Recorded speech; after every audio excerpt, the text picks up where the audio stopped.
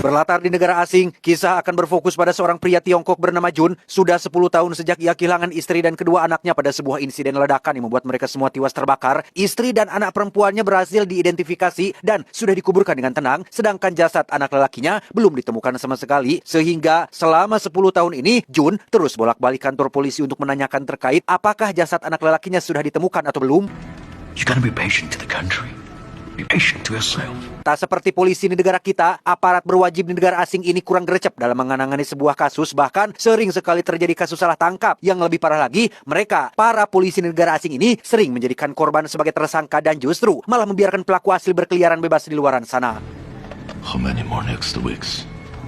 In this country, you gotta be patient. Seperti biasa, Jun pun pulang dengan tangan kosong. Ia menggunakan kendaraan umum yang dikendarai oleh bapak supir yang kebetulan sama-sama orang Tiongkok. Melihat Jun yang hampir setiap minggu pergi ke kantor polisi, membuat si supir menjadi capek sendiri melihatnya. Ia meminta Jun untuk menyerah saja, relakan keluarganya, dan fokus pada masa depan. Namun Jun mengaku tidak akan pernah bisa tenang sebelum bisa menguburkan putranya yang diketahui memiliki tanda lahir berwarna merah yang terletak tepat di bagian belakang lehernya.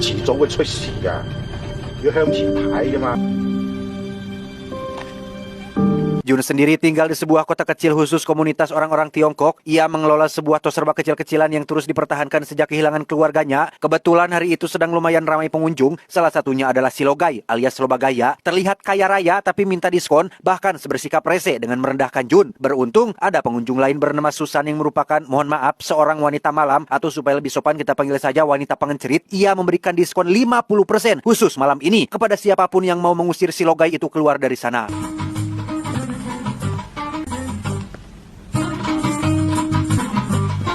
Tak lama, muncullah dua polisi setempat yang sedang berpatroli yang memang sudah mengenal Jun dengan baik, di mana saat mereka semua sedang masih beraktivitas, tiba-tiba saja terjadi getaran yang cukup dahsyat dan...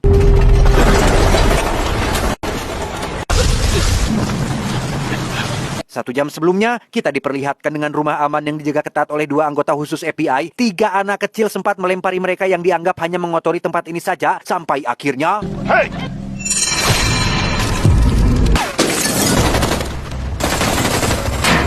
Ya, muncullah kelompok teroris yang menyerang lokasi tersebut, yang mana di dalam rumah itu ada seorang wanita yang merupakan saksi yang dilindungi. Si wanita merupakan mantan anggota teroris yang berbelot, sehingga ia diburu oleh organisasinya sendiri.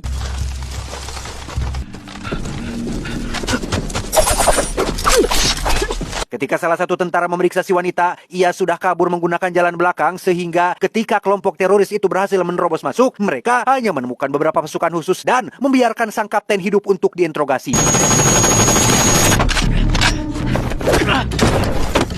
Si kapten pun dibawa menghadap sang bos besar teroris untuk ditanyai perihal kemana kaburnya si wanita. Namun karena kapten juga tidak mengetahuinya, ia pun hanya bisa terdiam. Tak lama, muncullah panggilan telepon dari pejabat penting pemerintahan yang ternyata kelompok teroris ini didanai dan dikendalikan oleh orang pemerintahan itu sendiri. Sehingga mendengar salah satu dari mereka berkhianat dan akan menjadi saksi, si pejabat pun ketar-ketir dan memerintahkan bos besar untuk segera tangkap wanita itu. Karena jika tidak, maka bukan hanya kelompok saja yang akan dibubarkan, tetapi juga nama si pejabat pun akan ikut terseret dan pastinya akan menjadi akhir dari semuanya.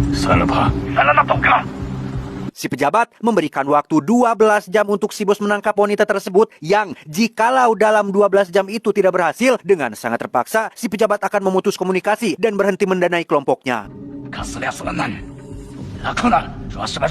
Dia bernama Cherry, salah satu anak didik terbaik si bos yang mengaku sudah berhasil melacak keberadaan si wanita menggunakan alat pelacak khusus, yang sebelum mereka menuju lokasi, si bos menyuruh anak didiknya yang lain bernama, kita panggil saja Samsul, untuk meledakkan satu-satunya jalan pegunungan agar siapapun tidak bisa masuk ataupun keluar dari kota ini, termasuk si pengkhianat yang mereka cari. Setelah mengetahui penyebab getaran hebat yang terjadi tadi, kini kita kembali ke waktu normal untuk melihat Jun dan beberapa orang yang masih berada di tokonya. Menurut berita di radio, satu-satunya akses jalan menuju keluar sudah tertutup oleh longsor, yang dengan kata lain, mereka semua harus terjebak di kota kecil ini. Tak lama muncullah seorang pendeta yang menggendong anak yang sedang terluka, termasuk seorang wanita yang tiada lain adalah mantan anggota teroris yang berkhianat itu bernama Yuli. Masih belum diketahui apa latar belakang Jun di masa lalu, tetapi ia sepertinya mengetahui banyak hal, seperti menangani luka parah yang dialami oleh bocah tersebut.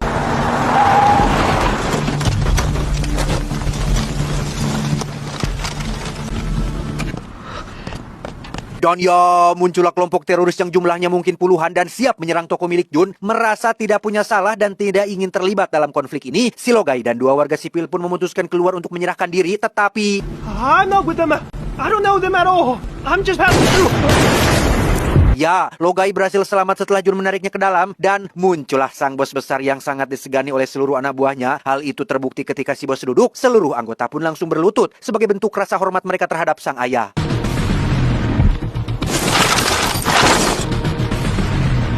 Si bos bisa saja langsung menyerang dan membantai semua orang, namun sebagai orang sepuh dan berpengalaman, ia lebih mengutamakan etika dan negosiasi yang pada akhirnya terungkaplah jika bocah yang dibawa oleh Yuli adalah calon anak didik si bos besar yang ia culik dari sebuah keluarga yang memang sebagian besar anak buahnya adalah para korban penculikan yang sejak kecil dididik, dilatih, dan dicuci otaknya agar menjadi pasukan setia si bos besar.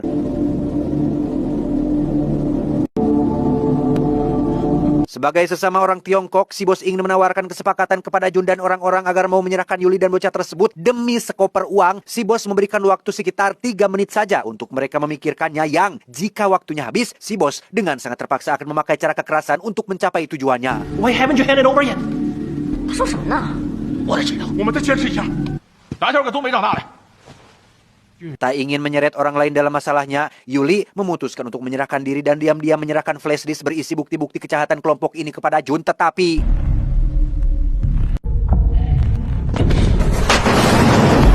Ya, entah siapa Jun ini sampai berani mencegah Yuli keluar dan seolah menantang si bos dan kelompoknya. Menyadari mereka tidak akan menyerahkan Yuli, si bos pun memanggil salah satu anak didiknya yang lain yang bernama Gorgon. Seorang pria bertubuh tinggi besar dengan penutup kepala yang terbuat dari ember besi yang ditugaskan untuk masuk dan mengambil Yuli dan bocah tersebut.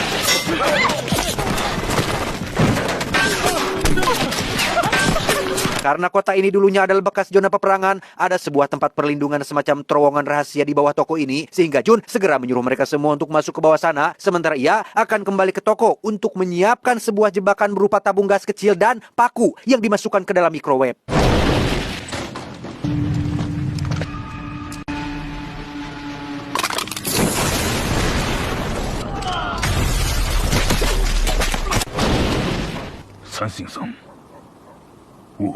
Jun dan kawan-kawan sendiri sudah berada di dalam terowongan, namun saat akan masuk ke dalam ruangan aman lapis baja, pintunya tidak bisa dibuka akibat karatan, di mana Jun lagi-lagi menunjukkan kredibilitasnya sebagai sosok jagoan ketika ia punya cara untuk memanfaatkan listrik sebagai cara untuk menghancurkan pintunya. Saya juga tidak paham seperti apa mekanismenya, tapi intinya Jun membutuhkan benda logam seperti pisau makan, kawat, dan lain-lain, sehingga mau tidak mau, ia harus kembali ke atas untuk mencari benda-benda tersebut di dalam toko. 把防水袋子给我。 这些够吗？ Jun pun memanfaatkan karet pengaman milik Susan sebagai bom asap beracun untuk mencegah si bos sementara waktu, di mana Jun harus terlibat perkelahian dengan si Gorgon yang ternyata masih hidup dan masih cukup kuat untuk bertarung melawannya.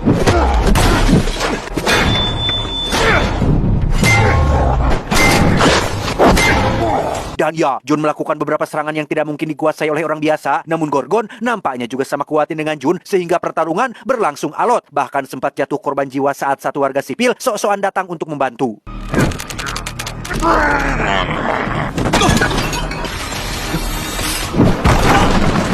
Tepat saat warga sipil itu tewas, masuklah beberapa pasukan si bos yang datang membantu, di mana Jun dengan cepat melakukan gerakan gesit sampai-sampai bisa merebut satu pistol, bahkan menghabisi mereka semua sekaligus.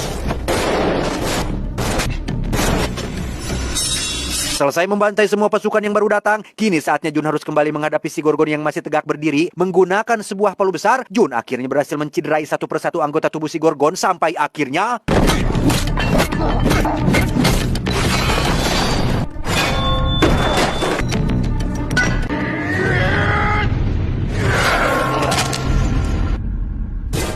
Selesai dengan Gorgon, Jun dan kawan-kawan langsung menjebol pintu baja menggunakan listrik. Yang tepat saat mereka sudah berhasil, muncullah si bos yang menemukan Gorgon sudah maut dengan kondisi mengenaskan. Dan hal itu cukup membuat Cherry merasa sakit hati.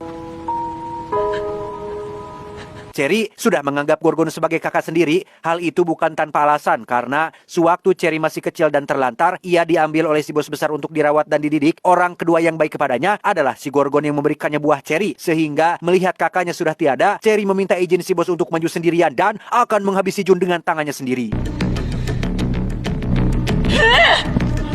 Samsul rupanya sudah mendapatkan informasi terkait Jun yang ternyata adalah seorang mantan tentara, bukan tentara biasa-biasa dan ecek-ecek, tetapi tentara anggota pasukan khusus yang dikeluarkan dari militer karena dianggap terlalu brutal dan tidak bisa dikendalikan. Ia tercatat pernah menghabisi sekitar 370 tentara musuh hanya sendirian saja, dan itu tertera jelas dalam riwayat catatan militernya. Sadar jika waktunya tidak akan cukup, Jun lagi-lagi menyuruh mereka semua untuk pergi duluan, sementara ia akan menghadapi Cherry dan beberapa pasukan yang maju duluan, dan inilah yang terjadi.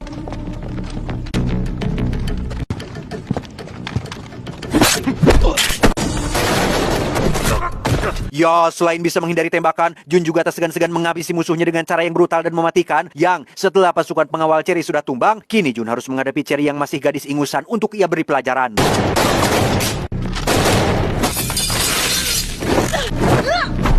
Cherry ternyata tidak bisa dianggap remeh sangu ketika ia mampu mengimbangi kemampuan bertarung Jun, bahkan sampai ngos-ngosan. Namun bertarung tidak hanya menggunakan otot saja, melainkan otak, dan Jun punya lebih banyak pengalaman dalam hal ini.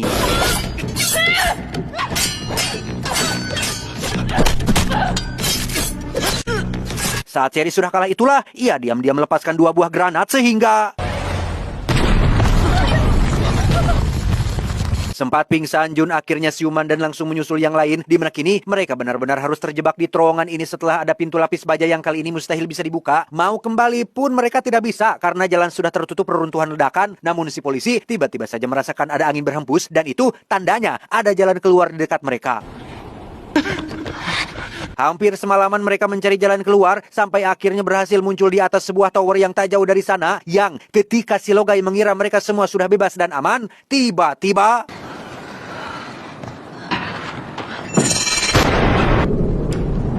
ya, ada satu sniper yang terus berjaga dari kemarin, di mana Susan sang wanita pengencerit juga harus menjadi korban si sniper ini, yang dari situ satu persatu orang pun tewas tertembak, termasuk satu polisi yang rela mengorbankan dirinya.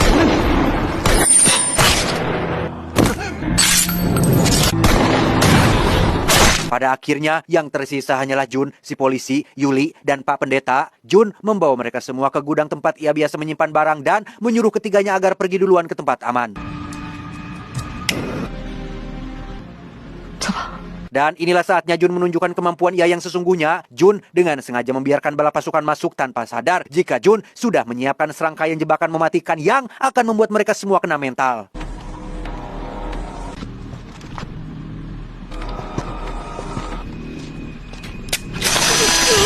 Ya, persis sekali seperti Robert Michael di film Equalizer, Jun menggunakan bor untuk menghabisi satu penjahat, termasuk menggunakan kawat panjang untuk menggantung penjahat yang lain.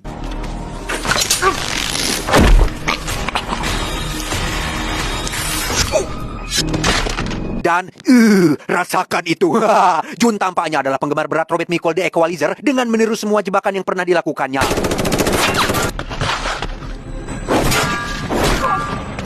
Setelah semua pasukan habis dibantai, Samsul yang ingin mengetahui perkembangan terkini pun mencoba menghubungi salah satu anak buahnya, tetapi Jun mengambil alih alat komunikasinya dan menantang Samsul untuk datang bertarung melawannya. Saatnya Samsul datang, ia cukup dibuat ngeri ketika melihat anak buahnya sudah dalam kondisi mengenaskan. Asul pun mencoba tetap tegar dengan tidak memperlihatkan ekspresi ketakutannya, yang ketika ia dan pasukannya sedang berkumpul di satu titik, Jun dengan cepat melepaskan jebakan lainnya berupa bubuk mudah terbakar dan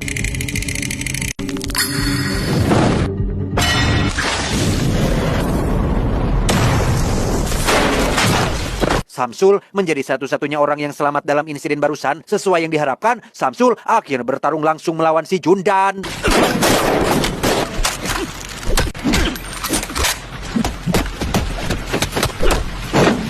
pertarungan pun berlangsung sengit karena hanya menggunakan tangan kosong, sampai akhirnya Jun pun terkena tembakan dari salah satu anggota yang baru datang. Namun kawan-kawan seketika muncul dan berhasil menghabisi si penjahat secara keroyokan. Meski dengan kondisi terluka, Jun masih bisa melakukan kuncian yang membuat Samsul tidak bisa bergerak. Yang alangkah terkejutnya Jun dan kita semua yang menonton tatkala Samsul memiliki tanda lahir berwarna merah di belakang lehernya, yang ternyata Samsul tidak lain dan tidak bukan adalah anak kandung Jun yang selama ini ia cari-cari. Jun langsung melepaskan kunciannya, di mana saat ia tidak menyerang sama sekali, Samsul yang belum sadar jika Jun adalah ayah kandung pun langsung menikangnya dengan pisau tanpa sedikit pun Jun melakukan perlawanan. Saat Jun mengelus-elus kepala Samsul itulah akhirnya Samsul sadar jika orang yang ia tikam tidak lain dan tidak bukan adalah bapaknya sendiri. Di mana momen hari itu tak berlangsung lama setelah si bos besar datang dengan sebilah pisau di tangannya. 宿舍抽烟卡，Suki Suki。 Dan ya, Samsul menghabisi si bos dengan tangannya sendiri, sementara Jun seketika terkapar dengan Samsul yang terduduk lemas penuh penyesalan. Jun diceritakan terluka parah dan mengalami koma jangka panjang, sedangkan Samsul memutuskan pulang ke Tiongkok dan menetap di kampung halaman ayahnya. Sementara Yuli, ia akan pergi ke luar negeri untuk memulai hidup baru, sekaligus menyerahkan flash disk berisi bukti kejahatan kelompok si bos. Namun, sungguh di luar dugaan, si pendeta ternyata adalah anak didik setia bos besar dan diam-diam telah mengambil flash disk tersebut dari si Yuli. Tamat ending yang cukup membagongkan.